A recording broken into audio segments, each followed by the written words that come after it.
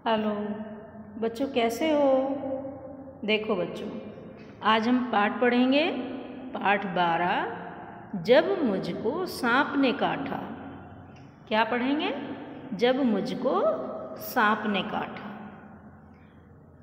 एक दिन मैंने अपने अहाते में एक छोटा सा सांप रेंगते हुए देखा। कहाँ देखा? अपने आंगन में। अहाते यानी आंगन में छोटा सा सांप रेंगते हुए देखा। वह धीरे धीरे रेंग रहा था।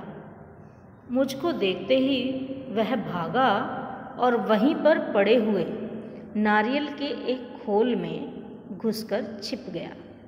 देखो बच्चों, वहाँ जो वो छोटा सा सांप रेंग रहा था वो मुझे देखते ही भाग गया और वहाँ नारियल का एक खोल पड़ा था, वह घुसकर उसमें छिप गया। मैंने पत्थर का एक टुकड़ा उठाया और उससे नारियल के खोल का मुंह बंद कर दिया।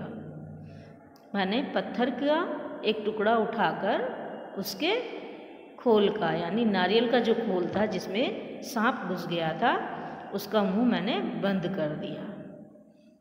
उसे लेकर मैं नानी के पास दौड़ गया। उसे लेकर मैं अपनी नानी के पास गया। देखो बच्चों, छोटे बच्चे ऐसे ही होते हैं। उन्हें कोई भी चीज़ दिखी तो वह उसे उठा लेते हैं और उठाकर अपने बड़ों को ज़रूर दिखाते हैं कि मैंने ये काम किया है, आप ये देखो। देखो बच्चों, आगे क्या होता है। आगे मैंने कहा, नानी देखो, मैंने सांप पकड़ा है। नानी चीख उठी, सांप? वह इतना घबरा गई कि लगी जोर जोर से चीखने पुकारने। नाना ने सुना तो अंदर दौड़े आए। जब उन्हें पता चला कि नारियल के खोल के अंदर सांप है तो उन्होंने मेरे हाथ से उसे छीनकर दूर फेंक दिया। नन्हा सांप बाहर निकल आया और रेंगता हुआ पास की झाड़ी में गायब हो गया। क्या हुआ? वह पास की झाड़ी में छिप गया। नाना ने मुझसे कहा, खबरदार, फिर कभी सांप के पास मत जाना। सांप बहुत खतरनाक होता है। देखो बच्चों, नाना नानी अपने बच्चों को कितना प्यार करते हैं। वह छोटे बच्चों को क्या, बड़ों को भी बहुत प्यार करते हैं। नाना और नानी हमें इतना प्यार करते हैं जितना हमारी माँ हमें करती है। ठीक है? तो देखो, यहाँ नाना ने क्या कहा उस बच्चे को? नाना ने कहा कि आगे से कभी भी तुम सांप को नहीं छेड़ोगे, ना ही उसको पकड़ोगे और उसके पास भी मत जाना, क्योंकि ये बहुत खतरनाक होते हैं।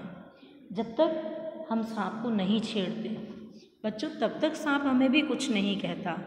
लेकिन कभी कभी कुछ जहरीले सांप ऐसे होते हैं कि अगर किसी और ने उनको छेड़ दिया है या कभी कभी बिना छेड़े भी वो हमें काट लेते हैं और उनका जहर इतना चढ़ जाता है कि हमें बहुत नुकसान पहुंचा सकता है। कभी कभी तो उनसे मृत्यु भी हो जाती है। तो अब आगे देखो बच्चों, उसी दिन शाम को मैं एक बर को पकड़ने की कोशिश कर रहा था।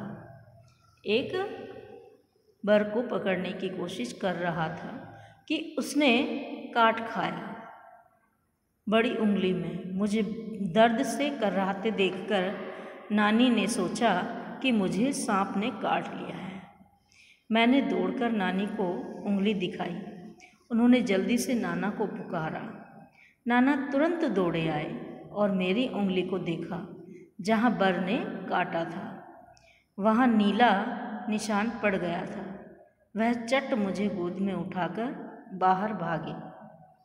बाग और धान के खेतों को पार करके भागते भागते वह अपने घर से दूर एक छोटी सी झोपड़ी के सामने जाकर रुके। वहाँ पहुँचते ही उन्होंने आवाज़ लगाई। देखो बच्चों, नाना को अपने बच्चे से कितना प्यार होता है। जब उसको बर ने काट लिया तो वह वहाँ से, उसे दर्द हो रहा था और वह दर्द से बहुत कर्राह रहा था, यानी बहुत दर्द होने से बहुत रो रहा था और नानी को उंगली दिखाई तो नानी ने तुरंत नाना को आवाज़ लगाई और नाना ने ना देखा ना सुना। वह उसे उठाकर वहाँ से कहाँ चले गए? वह उसे वहाँ से उठाकर भाग गए और कहाँ पहुँचे? धान और बाग के खेतों को पार करते करते वह वहाँ से भागते भागते एक झोपड़ी के पास जाकर रुके। वहाँ पहुँचते ही उन्होंने आवाज़ लगाई। एक बूढ़ा आदमी बाहर निकला। वह सांप के काटने का मंत्र जानता था। नाना ने उससे कहा, इस बच्चे को सांप ने काट लिया है, इसकी झाड़ फूंक कर दो। बूढ़ा मुझे झोपड़ी में ले गया।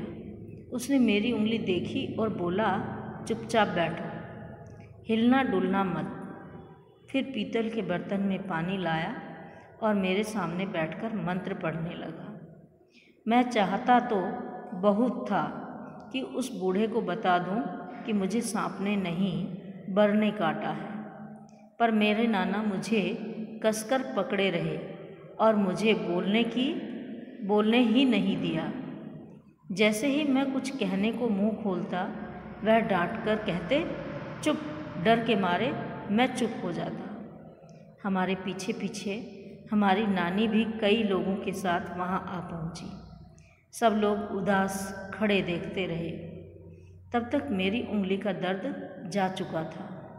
फिर भी मुझे वहाँ ज़बरदस्ती बैठकर झाड़ फूँक करवानी पड़ी।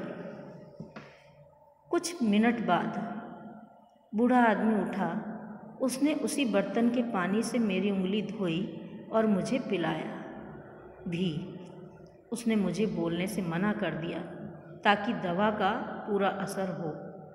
फिर वह नाना से बोला, अब बच्चा खतरे से बाहर है। अच्छा हुआ आप समय रहते मेरे पास ले आए। बड़े जहरीले सांप ने काटा था। सब लोगों ने बूढ़े को उसके अद्भुत इलाज के लिए बहुत बहुत धन्यवाद दिया। घर लौटने के बाद नाना ने उसके लिए बहुत सी चीज़ें भेंट में भेजी। देखो बच्चों, यहाँ जब नाना को पता चला कि उस छोटे से बच्चे को बर ने काट लिया है, तो उन्होंने क्या किया कि उन्होंने उसे उठाकर और तुरंत वो भाग गए। जब वो भाग गए वहाँ से, तो उन्होंने वहाँ ले जाकर एक बूढ़े आदमी के पास आवाज़ लगाई और कहा कि इस बच्चे को सांप ने काट लिया है, क्योंकि वह सांप के काटने का झाड़ा करते थे, मंत्र जानते थे। तो बूढ़ा उसे झोपड़ी में ले गया और उसकी उंगली देखकर कहा कि तुम चुपचाप बैठ जाओ, और उसे पीतल के बर्तन से पानी भी पिलाया। उसे अपने सामने बैठाकर वो मंत्र बोलने लगे। बच्चा चाहता तो बहुत था कि मैं बता दूं मुझे सांप ने नहीं बर ने काटा है, लेकिन उसके नाना उसे इतना कसकर पकड़े हुए थे कि वह उसे छोड़ ही नहीं रहे थे। इसलिए उसने कुछ नहीं कहा, और जब भी वह बोलने की कोशिश करता तो नाना उसे चुप बैठने के लिए बोल देते कि बिल्कुल चुप बैठे रहना है। तो इसलिए वह नहीं बोल पाया। अब जब काफ़ी देर हो गई थी तो नानी भी वहाँ पर कुछ लोगों के साथ आ गई थी, और वहाँ सब लोग उदास थे क्योंकि सबको ये मालूम था कि इसको जहरीले सांप ने काटा है। तो जब बूढ़े ने मंत्र फूंक लिए तो फिर उन्होंने जो पीतल के बर्तन में पानी रखा था, वो पीतल के बर्तन का पानी उसमें पहले उसकी उंगली धोई और फिर वो पानी उसी को पिला दिया, जिससे वो ठीक हो गया। बच्चा तो ठीक था ही, लेकिन और भी ठीक हो गया, और उसने कहा कि अब बच्चा खतरे से बाहर है।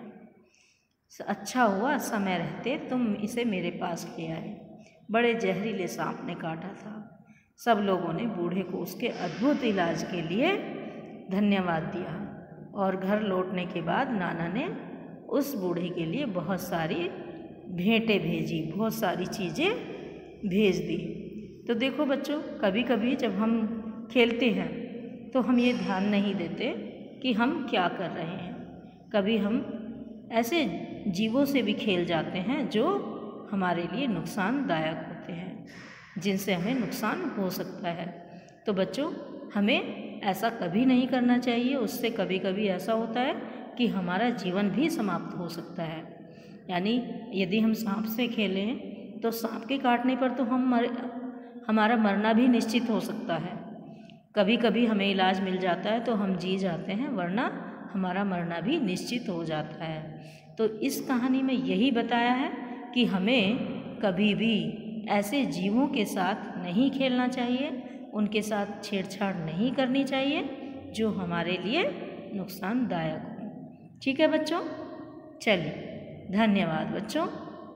इस कहानी को आप अच्छे से पढ़ेंगे और अच्छे से समझेंगे। धन्यवाद।